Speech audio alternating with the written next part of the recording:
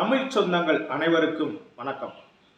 நாம் தமிழர் கட்சியிலிருந்து காளியம்மாள் விலகிட்டாரு, அவர் வேற ஒரு கட்சியில சேர போறாரு அப்படின்னு ஒரு பரபரப்பான தகவல் பரவிக்கிட்டே இருக்குது. இப்படிப்பட்ட ஒரு சூழ்நிலையில காளியம்மாள் யார், அவரோட பின்புலம் என்ன அப்படிங்கிறது சம்பந்தமான இணையதளத்துல தேடுதல் வேட்டையை தொடங்கியிருக்கு அப்படின்னு தான் சொல்லலாம். இந்த சூழ்நிலையில தான் காளியம்மாள் யார் அப்படிங்கிற ஒரு வீடியோ உங்களுக்காக. 1986ல் நாகப்பட்டினத்தில் ஒரு மீனவர் குடும்பத்தை பிறந்தவர் தான் காளியம்மாள். இவர் பார்த்தீங்கன்னா பிகாம் படித்தவங்க, அதாவது வணிகவியல், இளங்கலை வணிகவியல் பட்டம் முடித்தவங்க.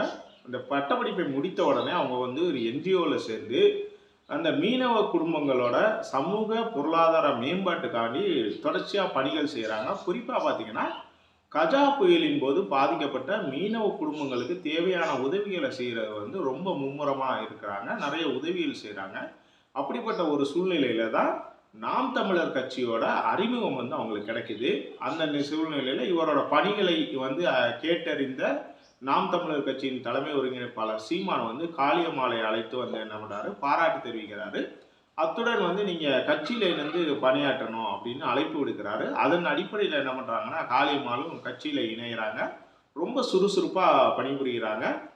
நாம் தமிழர் கட்சியோட மேடைகளில் பார்த்தீங்கன்னா அந்த சமூக பொருளாதார முழக்கங்களையும் பாதிக்கப்பட்ட மிகவும் பின்தங்கிய தாழ்த்தப்பட்ட மக்களுக்கான தேவைகளை ரொம்ப ஆணித்தரமாக பேசக்கூடிய ஒரு பேச்சாளராக காளியம்மாள் உருவாக்குறாங்க. அப்போ இவரோட செயல்பாடுகளை பார்த்து ரொம்ப மகிழ்ச்சி அடைஞ்ச சீமான் என்ன பண்ணுறாரா, 2019ல் மாநில மகளிர் பாசறை ஒருங்கிணைப்பாளர் அப்படிங்கிற ஒரு பதவியை கொடுக்குறாங்க. அதோட பார்த்தீங்கன்னா அந்த ஆண்டு நடந்த மக்களவை தேர்தல், அதாவது நாடாளுமன்ற தேர்தலில் வடசென்னை தொகுதியில் வேட்பாளராக காளியம்மாள் நிறுத்தப்படுகிறார் நாம் தமிழர் கட்சி சார்பில். அந்த தேர்தல் அவங்க 60,515 வாக்குகள் வாங்கி தோல்வி அடைகிறாங்க. அதாவது கலாநிதி வீராசாமி, திமுக வேட்பாளர் கலாநிதி வீராசாமியிடம் தோல்வி அடைகிறாங்க. ஆனாலும் அவர் மீது நாம் தமிழர் கட்சி வச்சிருந்த நம்பிக்கை குறையல. அதன் அடிப்படையில் பார்த்தீங்கன்னா 2021 சட்டமன்ற தேர்தலையும் காளியம்மாளுக்கு வாய்ப்பு வழங்கப்படுகிறது. இந்த முறை பார்த்தீங்கன்னா பூம்புகார் சட்டமன்ற தொகுதியில் அவங்க போட்டியிடுறாங்க. அதில் பார்த்தீங்கன்னா வெறும் 14,823 வாக்குகள் மட்டுமே வாங்கி காளியம்மாள் தோல்வி அடைகிறாங்க. ஆனாலும் நாம் தமிழர் கட்சியில் சீமானை தவிர வேறு யாருமே அந்த டெபாசிட் தொகையை வாங்கலை அப்படிங்கிறது எல்லாருக்குமே தெரியும். இருந்தாலும் என்ன பண்ணாங்க, இவங்க தொடர்ச்சியாக களப்பணியாற்றுறாங்க. இவர் காதல் திருமணம் செய்தவர். இவரோட கணவர் பெயர் பார்த்தீங்கன்னா பிரகாஷ். இவரும் என்னன்னா அந்த சமூக செயல்பாடுகளில் சமூக பொருளாதார மாற்றங்கள் ஏற்படணும் அப்படின்னு சொல்லிட்டு காளியம்மாள் எப்படி பணிபுரிஞ்சாங்களோ அவங்களோட சேர்ந்து பணியாற்றியவர் தான் பிரகாஷ் அப்படிங்கிறார். அதனால் இருவரும் காதல் திருமணம் செஞ்சுக்கிட்டவங்க.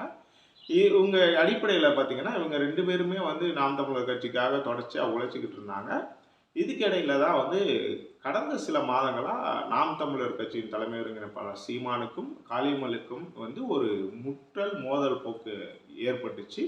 அப்போ அவர் பிசிறு, தேவையில்லாத பிசிறுகள் கட்சியிலேருந்து விலகலாம் அப்படிங்கிற மாதிரி ஒரு பேசினார் அப்படின்னு ஒரு ஆடியோ வெளியானுச்சு.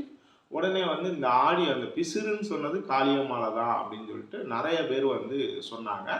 ஆனாலும் அது சம்மந்தமாக சீமான் எந்த கருத்தையுமே தெரிவிக்கலை. இப்படிப்பட்ட ஒரு சூழ்நிலையில தான் இப்போ காளியம்மாள் விலகி விஜயோட தமிழக வெற்றி கழகத்திலேயோ இல்லை திமுகவிலேயோ சேர போறார் அப்படிங்கிற ஒரு தகவல் பரபரப்பாக இருக்குது. ஆனால் அதே நேரத்தில் நாம் தமிழர் கட்சியோட தலைமை ஒருங்கிணைப்பாளர் சீமானு என்ன சொல்லிட்டாருன்னா, நாங்கள் சில ஆளுங்க வேணான்னு சொல்லிட்டு ஒதுக்கி வச்சுருக்கோம். அப்படிப்பட்ட ஒரு சூழ்நிலை அவங்க அடுத்து அவங்க என்ன பண்ணுவாங்க, வேற ஒரு கட்சியில் தானே சேருவாங்க, அதானே இயல்பு அப்படின்னு சொல்லிட்டு ஒரு பேசியிருக்காரு.